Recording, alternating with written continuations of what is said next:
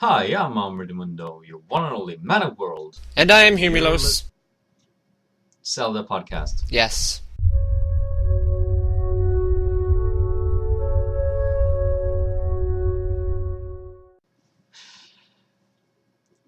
Well, we were gonna talk about Wind Waker today, but since the recent passing of Yamauchi, what was his first name? Hiroshi? Yes, Hiroshi Yamauchi. Hmm. For those of you who don't know, who haven't been keeping up to the news, he was one of the earlier presidents of the Nintendo Corporation. He was before Iwata, and he was the one who basically decided that Nintendo should switch from doing playing cards and stuff like that and actually start focusing on video games. So this man pretty much shaped the modern gaming industry in a lot of ways. And yeah, he passed away the other day, and so we're just gonna talk a bit about this person and what he did and what the things he did meant to all of us. Yeah. His role as president of Nintendo is actually an inherited role. The Nintendo company had been pretty much in the family up until the point of Satoru Iwata. So Yamauchi, he inherited this role actually from his grandfather, who appointed him as the next president of Nintendo in the late 1940s. And the thing that I find most interesting is, like Hombre de Mundo just said, Nintendo had been a playing card company at that point. I mean, for those of you that don't know, Nintendo has been around for a long time. It's been around since 1889, making Hanafuda cards, which was a Japanese type of card game. And Nintendo also messed around with a lot of other ideas, most of which under Hiroshi Yamauchi's leadership. Everything from a taxi service to a love hotel, which is exactly what you think it is, and these are just Oh boy. various ideas. So he was a man who was very willing to try things out and to see what stuck, and he was also someone who was very good at seeing potential in people and in ideas as well. One person in particular, and this is a story that I've always loved since the beginning of learning about Nintendo and their history, is Gunpei Yokoi, the man who was associated with creating the Game Boy, was found by Yamauchi when he saw Yokoi using this little extendo arm thingy to get things around his cubicle, which eventually became the toy, the Ultra Hand, which Yamauchi saw that and he's like, that's potential for another market we can get into. And he also saw potential in Yokoi and in Miyamoto and in several other high-profile people that we hold as household names now in Nintendo. He was very good at selecting people who needed to be around him to help progress the company. I think everyone kind of knows the story about Nintendo's role after, the video game market crash. Was it 83? 83, thank you, E.T. Nintendo launched the NES in the US, and Super Mario Brothers in particular, and the home consoles were kind of revived after the uh, after the crash, and it shaped the modern gaming industry. And we wouldn't be where we were today if it wasn't for that. I mean, there wouldn't be any Nintendo consoles, no Zelda games, no PlayStations or Xboxes or Saturns or I'm pretty sure no one plays the Saturn anymore. Oh, no, what are you talking about? Of course I do. I play my Saturn all the time that I own. So I think, a lot of people actually, I don't know, I don't like to use the term owe him a lot, but it's kind of true. I I mean, I mean, would definitely say it is too. I mean, I'm sure video games would have happened in America one way or another, but he introduced them in a huge way, and we look at all the games that we have now, so many of them are derivative of those early games that we had. I mean, so many games look to games like Zelda and Mario for inspiration, and because Yamauchi leaped at an opportunity and chose the right people for that opportunity, we have all these games that we have today. We have all these ideas. Exploration games like Zelda are everywhere, and platformers like Mario are everywhere, and Yep. there's still great ones coming out. And it all came from those early inspirations, and things like the Game Boy. The Game Boy was a huge hit, and that got emulated over and over again in huge ways. To where now we have the 3DS and the Vita, all evolved from the fact Oh, that don't forget everyone the loved that 2DS. idea. Yes, and the 2DS. I would just kind of like to briefly talk about how I kind of grew up with video games.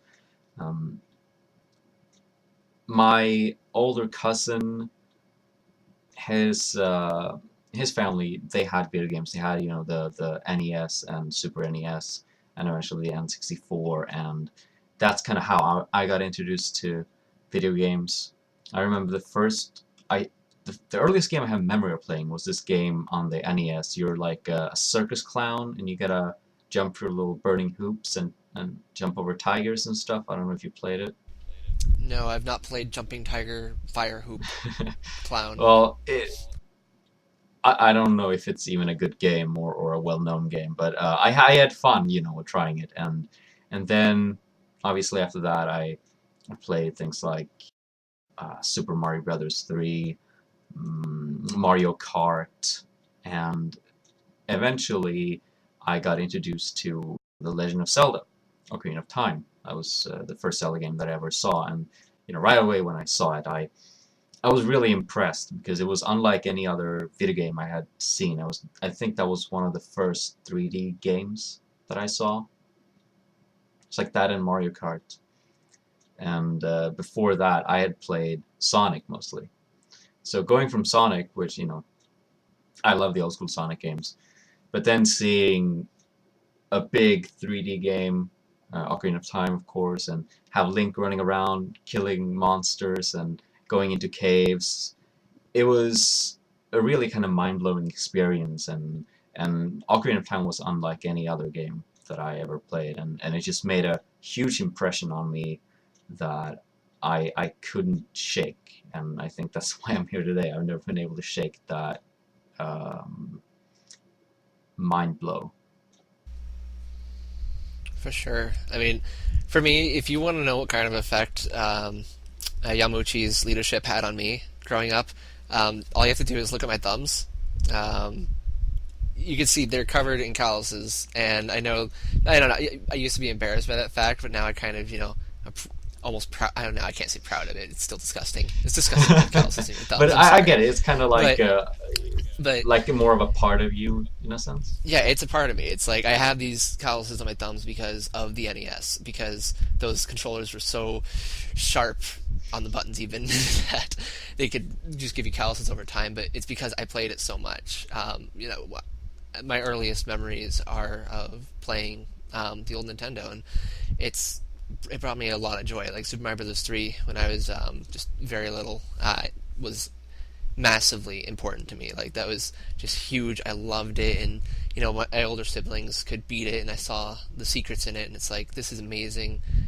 I want to beat it. I want to do all this, and so I just played all these games that were on there. I played so not many games as a kid, and I know that was what people knew about me. It's like, okay, what do you know about that? What do you know about Brent, who plays video games a lot? That's it. That was it, and I just that was a big part of my childhood. That was huge, and just everything about what Nintendo would put out. Like I just loved it. I used to be a Nintendo fanboy. Not to say that I don't. Obviously, I still love Nintendo, but I used to be to the point where I would just defend them against everything else and be like, no, PlayStation sucks, no, Xbox sucks, all these other things suck. Obviously, I Right. turned around and like I love games in general, but they were just really huge for me, and that was because of the people that made it up. The people Yeah. that were there producing these games, and the man leading them, helping these games to be great. And that's one of his big things, is he wanted to make sure that anything that he put out there would be great. And it didn't work out exactly as planned sometimes for him. The Nintendo 64 is a good example of that, where he wanted to make it difficult to code on it so that people only good programmers could get games on it, but unfortunately, kind of backfired, and Right. that's where we get games like Superman and Yeah. Paperboy, and I think so it kind of backfired. But that that's one of the kind of things that Nintendo has always done. I don't know if you saw, but Iwata issued a statement on this story, and he said that one of Yamauchi's things was that he wanted Nintendo to be unique and different, and that's what Nintendo stands for in a lot of ways. I mean, just look at the Wii U and then the Wii. They're all about doing things differently, and in some ways better. But then you also have these kind of quirky Nintendo. I don't know if I should say policies or like decisions, but these things where Nintendo makes a decision and you're just sitting there being like, really? Like what? I don't know if you know, but in back in the old 16-bit days, Nintendo had a policy that if you wanted a game to be put on the Super Nintendo, it had to be an exclusive. dang, I don't know if that's true. I heard it somewhere and or read it I somewhere, don't know. but That may have been the old Nintendo. yeah. I don't But know, then just because I know there were Genesis NES yeah, games that exactly. No, sucked I at think that they though. scrapped it pretty fast because most third-party companies were like, yeah, no, we're gonna put them on, the TurboGrafx 16 and Sega or whatever. Yeah, But you also have choices like the GameCube. A lot of people saw as a bit of a flop, and I think that was Yamauchi's kind of final project because he stepped down in 2002 and Iwata took over. But even then, ever since, you have things like your GameCube, no online whatsoever. Uh, Whereas the other consoles, at least started to kind of experiment with it, even if it wasn't that great. But you go into the Wii and the Wii U, and Nintendo's just kind of doing their own thing, and a lot of people are criticizing them for that because they're not on par with the other consoles and so forth. And you also have a lot of strange decisions being made, like, with the Wii U launching, and they're releasing Nintendo Land, which is a big thing that's supposed to show off the potential of the console, and there's no online on it whatsoever. And you're just like, well, this is one of these Nintendo things. They just want to do things their own way and be different, and in some ways it feels like they don't really care what the other people do, unless they get really financially hurt, I guess. yeah, it's true. They always have been a very different company in a lot of ways, and I think that while there have been mistakes that have been made by them, and nothing more evident of that than like the Virtual Boy, for example, it was not the best idea. It just really did not work out like they hoped. But I think that's the thing is Nintendo's a company that from the very beginning was just daring to try Yeah. different things, and you see that that was pretty much Yamauchi's whole thing. Is he's like, let's just try different things, let's be unique, let's be someone who's not like the other companies, and let's see what happens, and we'll go with Hmm. it. And that's what they've done. They tried out at random things. The Virtual Boy didn't work. They tried out the DS, that worked immensely. It's like they just keep trying different things. Some of it is, well, most of it's great. Most of it is great. Every now and then they get a flop. I Yeah. mean, we'll see where the Wii U goes, but for the most part, they do fantastic. But you can just look back, especially at the NES and Super NES, and you look at some of the peripherals, and you see some really weird things, like Rob, for example. Uh, Which was it's a great idea. It's weird that something like Rob would be so influential, and it's like now we don't really think about it that much. But back then, you're like, holy crap, there's a robot that yeah. plays games with you. It's like it's a weird idea, and I think by today's standards, I mean, you very well could say that Rob maybe wasn't as good as it was back then, but I don't know. Back then, it's just like it's something new, it's something different, it's Hmm. something cool. I gotta have that, and because of those philosophies, that's what propels him forward. And Yeah. I look at that with the Wii U. It's like the Wii U is doing very poorly right now. It really is, but it's an idea they wanted to try, and it's something that is unique, and it is something that is weird in some ways, but I think that it's something that will can make things move forward, and if nothing else, even Nintendo's like lowest performing console, the GameCube, even that has some of the most cherished games of all Yeah, time on it. for sure. And a lot of people are like, "Oh, Nintendo is doomed," whatever. And if anyone's worried, don't be, because yeah, people have been saying that ever since, the Super Nintendo. Yeah, And pretty much, and they've got a foundation built upon a man who knew what he yeah. was doing. It may have not always made sense to everyone else. Hmm. Yeah, and I think one of the things that just makes Nintendo always stay up there with the big guys is, they have a sense of quality. With a lot of games being released and then being patched for months before it's barely playable. I don't know if you heard. I played Rome Total War 2, and it's quite a mess. Like, the AI is just running in circles and not doing anything. Um, you know, Waiting in between turns takes minutes. You're waiting more than you're playing, really. And there's just full of weird, half-broken things everywhere. You don't really see that with Nintendo, and that's one of the things that I really do enjoy. That when I get a game from Nintendo, is that it's gonna be polished, it's gonna be good, unless it's Other M or something. Uh, but in general, I feel like, As Team yeah, Ninja's I fault. feel like with Nintendo, they release quality products, even if some of the decisions are weird and sometimes they can get a bit lazy. They're not gonna go and release a half-finished game and then just put out a ton of DLC just to suck more money out of us. And the things that we have seen that's been downloadable, such as what's the title called, like New Super Luigi U? Oh yeah, New Super Luigi U. That's a weird name. Anyway, it feels more of an expansion, not just like cheap DLC. And I think that's really the way to go. For sure. And I think the fact that we look at Nintendo that way, that we look at them as being something quality and as something that you want to have, just really goes to show how great of a president Yamauchi was. Is that he was able to. No one in America knew what Nintendo was before video games. No one had any idea. They were just a Japanese playing card company. Not to say that was bad. It was great, but Yamauchi took that and made it so much more. And now everyone knows what Nintendo is. And it's like one of those jokes you see around the internet is how anyone's playing a video game, their mom's gonna say, "Stop playing Nintendo," even if it's Yeah. an Xbox.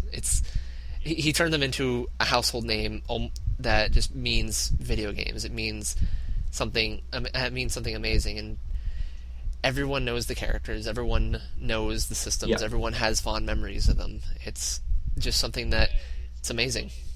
Yeah, I've seen some TV shows or stuff like that where a character, usually a kid, would be holding like just a handheld gaming device, and people call it a Game Boy, even if it isn't a Game Boy. I've even seen someone like play the DS, and they call it a Game Boy. It's like, oh, where's my Game Boy? It's like, you're a kid, that's not a Game Boy. And the DS is selling well, but the Game Boy is just such a household Yeah, name. for sure. It's like when I reach for a tissue to blow my nose with, I don't care if it's a Kleenex or not. I'm calling it the Kleenex, and that's kind Yeah. of the pretty much the point to which Nintendo got to, is that it's Nintendo almost became the main video game. I mean, obviously, most of us. I mean, I'm not going to call an Xbox a Nintendo. I'm not going to do anything like that. But Yeah. the fact that, in popular opinion, that can happen, it's I don't know. I'd say it's pretty amazing to just show how well of a job you did. I Hmm. call most tissues Kleenexes because they're good tissues. I guess I don't know. They're because they are so popular. Nintendo was so popular that became Okay. I just a name for apologize video on games. behalf of us for humulos comparing Nintendo's legacy with tissues. Hey, say what you want. Everyone knows what a Kleenex is. You say, "Oh, Kleenex, okay, that's a great brand." Or it's like, instead of certain tortilla chips, you say Tostitos. Hmm. There's brands like that. Nintendo's one of those brands that took something that anyone could do, Hmm. but they did it the best. And so it became a household name, and it's something that just everyone recognizes. There's Yeah. very few people in the world that have access to this kind of technology that don't know what Nintendo is. You know, if you've got a television, if you've seen a video game, you know what Nintendo is. You know it. Right. And it things also like you can ask people, you can ask 100 people, have you ever played Super Mario Brothers? And 99 of them will say yes. And there's one or two oddballs like I don't know. Uh, and that's something that's really unique in a lot of ways because not a lot of video games have that just such a widespread audience where even if a lot of people aren't hardcore Nintendo fans, everyone's playing Nintendo every once in a while. And I feel that's a lot different if you ask people like, oh, do you play Call of Duty? Either you play Call of Duty or you don't. But with a game like Mario, it's different. Everyone's playing Mario. So I think as Nintendo fans, as Zelda fans, we owe a lot to Hiroshi Yamauchi. He really did do a lot for the company. He really did turn things into something that no one else could have ever expected to have gotten this big. He made it possible. He made it possible for the video game industry in America to completely move forward, and not just in America, but in the entire world. Because of the successes that he introduced as president, it's a company that's going strong, and it's a household name that people look for to quality. So, thank you, Hiroshi Yamauchi, for doing such an amazing job, and you will be severely missed. Absolutely. One of the last projects that were in the works and being finalized as he stepped down was The Wind Waker, a game that's being remade and coming out is already out. Personal favorite, picked a box holding 12 pictures now. That's amazing. Yeah, what was the 3 pictures? What's the old Yeah, limit? it was 3 pictures before, so if you're trying to get all the figurines in the game, of which there's like Hmm. 130, good luck. Yeah, I barely used it in the original Wind Waker. I used it every now and then. But I think that now with the HD version coming out, it's gonna look really cool, and I'm looking forward to taking some neat photos. For sure. If you don't follow Hombre already on Miiverse, make sure to do so you can see all his pretty pictures. I've been drawing things on Miiverse, not on a regular basis at all, just when I kind of feel like it. Uh, Yeah, whenever you just sit down and start playing it. I got good ones too. I made a duck for DuckTales. I made 2 CDI drawings, Yeah, I saw those. Those were good. and then a Zelda Symphony one, and yeah. Have you been to Zelda Yeah, Symphony yet? Who knows? twice. Oh, you have. Twice. Yeah, once in Atlanta, then once in Miami. Hmm. Oh no, I'm sorry. I didn't go to Miami. I went to West Palm Beach. I originally was going to go Miami, but West Palm Beach is closer, and they announced it Okay. right after. Well, So you have seen the second season? no, second season hasn't come to Florida yet, and I did come to Atlanta, but I was like, I can't go all the way up to Atlanta again. Oh, okay. Yeah, only reason I went there in the first place is because I didn't know if it would actually come to South Florida. Hmm. Oh well, Yeah. it's fair enough. However, you went all the way to like London for it, didn't you? Yeah, I've been to London twice. I went there for the 25th anniversary symphony, which is different from the regular ones. And then I went there for yeah, earlier this year for the like one of the last season one uh, symphonies, I guess, events, whatever you want to call them. And then I saw them at E3 also.